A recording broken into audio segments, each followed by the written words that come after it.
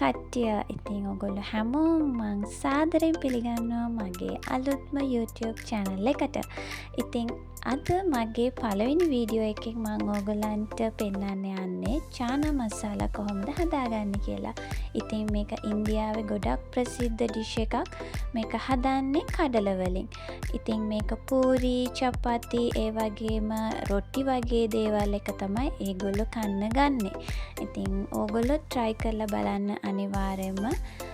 අපි බලමු කොහොමද මේක හදාගන්නේ කියලා. මේක හදන්න ඕන කරන දේවල් මං එකින් එක පෙන්නන්නේ. මේකේ දාලා තියෙනවා ස්ක්‍රීන්ෂොට් එකක් අරන් තියාගන්න. ඉතින් ඉස්සෙල්ලාම අපි මේ වගේ පෑන් එකක් අරන් ඒකට අපි තෙල් චුට්ටක් දාලා අපේ ලූණු ටික දාගන්න. ලූණු ගොඩක් පොඩියට කපන්න ඕනේ. ඒ කියොත් අපි මේක අන්තිමට මික්ස්චර් එකේ දාලා බ්ලෙන්ඩ් එකේ දාන්න නිසා ඒ නිසා ලොකුවට කපා ගන්න. ඉතින් ඒක මේ විදිහට තෙල් එකේ ටෙම්පරාදු වෙන්න ඇරලා ඊට පස්සේ කහ කුඩු, මිරිස් කුඩු, ගරම් මසාලා ඒ ටිකක් දාලා හොඳට තෙල් එකේ ලුණු ටික ටෙම්පරාදු වෙන්න දෙන්න. ඉතින් මේ ගානට ටෙම්පරාදු වෙගෙන එනකොට අපි චුට්ටක් විතර වතුර දාගන්න, වැඩිය දාන්න එපා, චුට්ටක්. ඊට පස්සේ අන්තිමට අපි තක්කාලි ටිකත් එකතු කරලා මේ වගේ හොඳට මික්ස් කරලා චූට වෙලාවක් මේක වහලා තියන්න ඕනේ.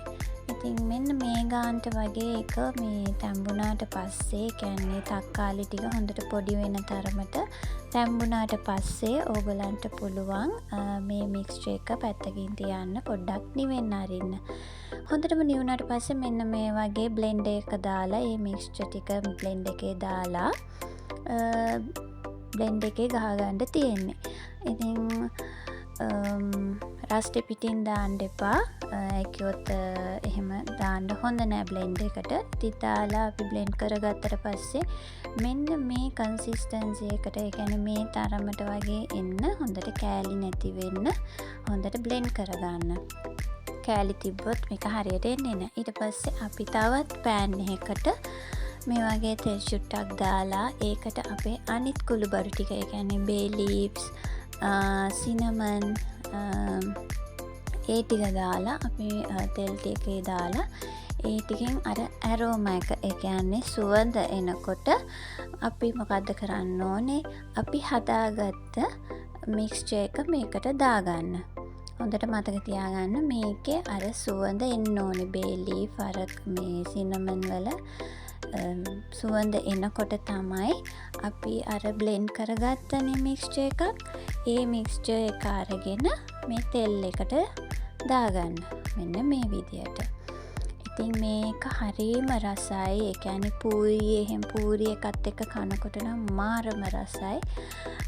අනිවාර්යෙන් ඔයගොල්ලෝ try කරලා බලන්න. ඉතින් මෙන්න මේ විදිහට තෙල් එකේ දාලා අපි හොඳට මේක mix කරගන්න ඕනේ.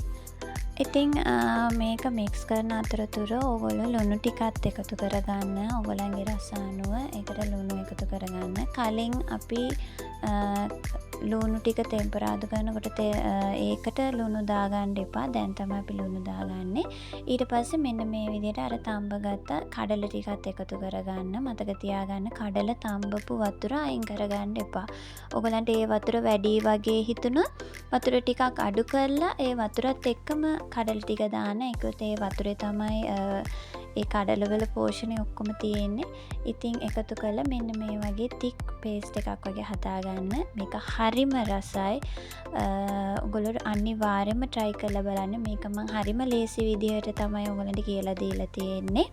ඉතින් ඔයගොල්ලෝ මේක try කරලා ඔයගොල්ලෝ කැමති නම් අනිවාර්යයෙන් මගේ channel එක subscribe කරලා තියාගන්න. ඉස්සරහට මම තවත් වීඩියෝස් ගේන්නම්. එතකන් ඔයගොල්ලන් හැමෝටම bye.